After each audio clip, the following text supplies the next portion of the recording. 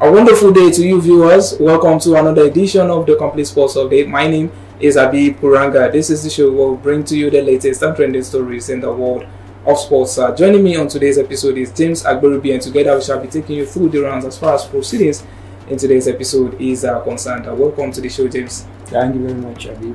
Yes, let's talk about the Super Eagles of Nigeria, and their 2025 Africa Cup of Nations qualifying series.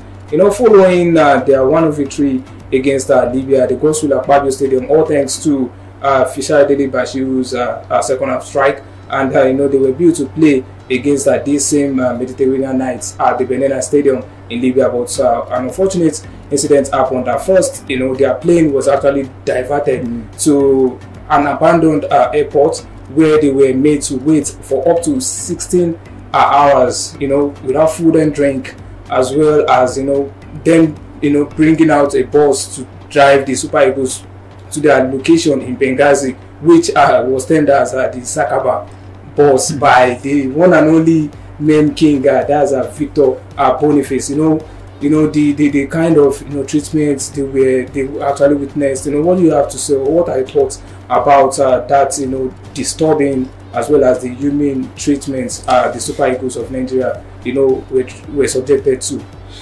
Well, Abib, for me, I think it's rather unfortunate that things turned out the way it happened. I mean, nobody expected this. I don't think I've ever heard anywhere that the Nigerian national team, especially the Super Eagles, go through such inhumane treatment because they want to go and play a football match. I mean, it came as a shock, and for me, I think the other thing, I think it was something that the Libyans, I want to believe that it's something that they planned, because why I say this, because they would have looked at, okay, the only way that they can get back into reckoning in this qualifier is to, I think their target for this double header between them and the Super Eagles is 4 points. Try and make a draw here, then go and win at home, get 4 points and get back into reckoning.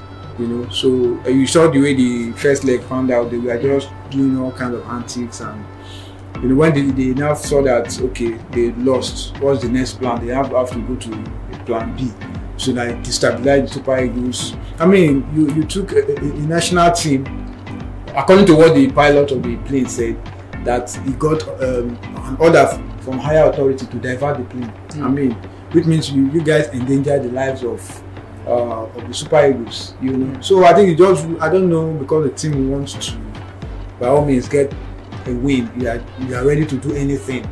I mean, you took them to a remote airport. Atlanta, the airport is only meant for Hajj, people that travel to Hajj. That's what that airport. Yes, So it's rather an unfortunate incident.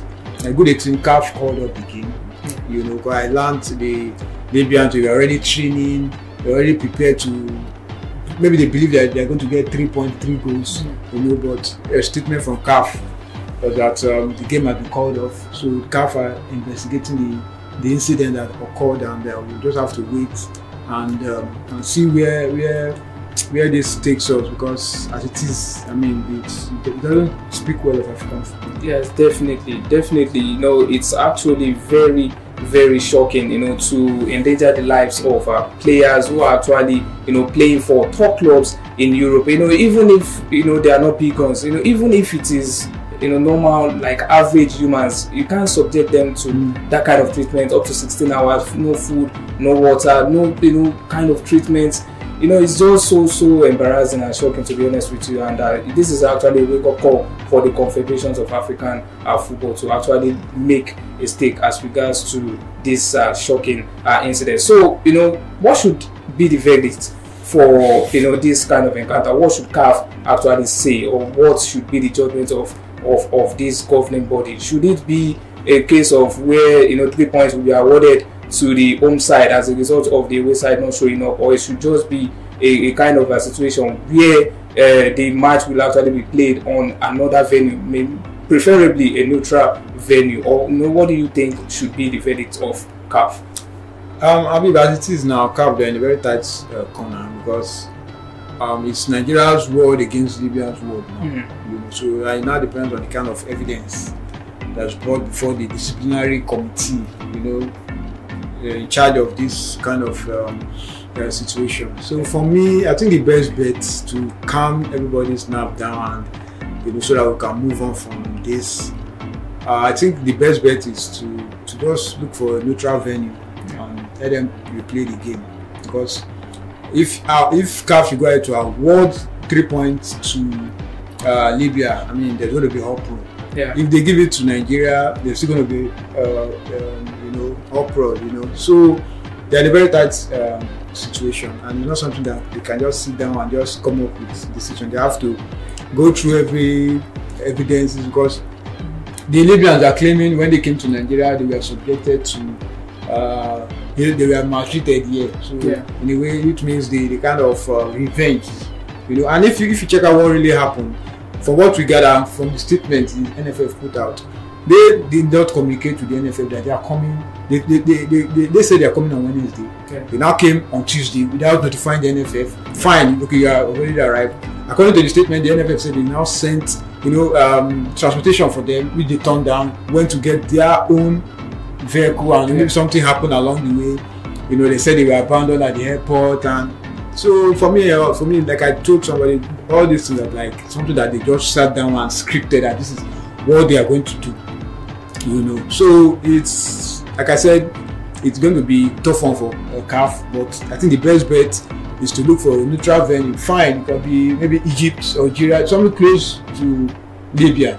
Let them go and play the game. I know, for me, I believe the Libyan will like this.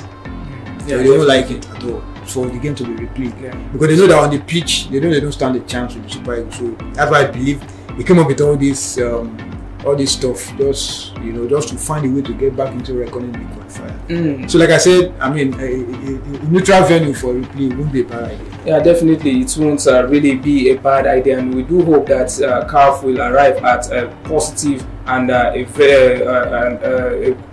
good verdict that will be, you know, that will be good for both parties, and we wish both teams the very best as far as the quest for the CAF qualification series is concerned. And just so you know that in the groups D standings, Nigeria are actually top of the table with 7 points, you know, followed by Benin Republic on 6 points. Rwanda are actually on 5 points as it stands, and Libya, the whipping boys, with 1 point. So, you know, teams have actually qualified for the 2025 African Cup of Nations, you know, in Morocco. You know, with Morocco, the host nation, already qualified in the group. You know, Egypt, Algeria, Democratic Republic of Congo, Burkina Faso, Senegal, Cameroon, as well as Uganda. So let's talk about Group F, you know, which includes Angola, Sudan, Ghana, and Niger. And Ghana, most especially,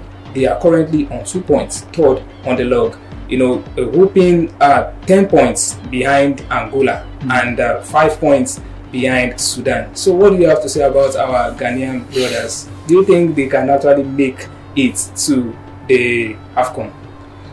Maybe if they are accepted to come and play for Nigeria, play in Nigeria when they play the first, maybe they would have won. You know, but they still went to Accra. That was just by the wayside. I think it's a very appalling performance from the Black Stars. Nobody expected them to be in this kind of situation. It brings to mind the Super Eagles situation too in the World Cup qualifiers. While the Ghanaians are doing well and the World Cup qualifiers, they are not doing well at all in the AFCON.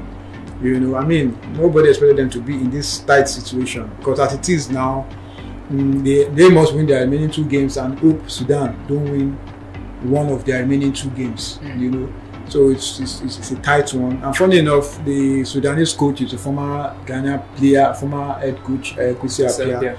You know, so he's doing a marvelous job with the Sudanese team, and he's on the verge of qualifying them for the AFCON. Like I said, it's only going to take a miracle for the Black Stars to qualify for the AFCON.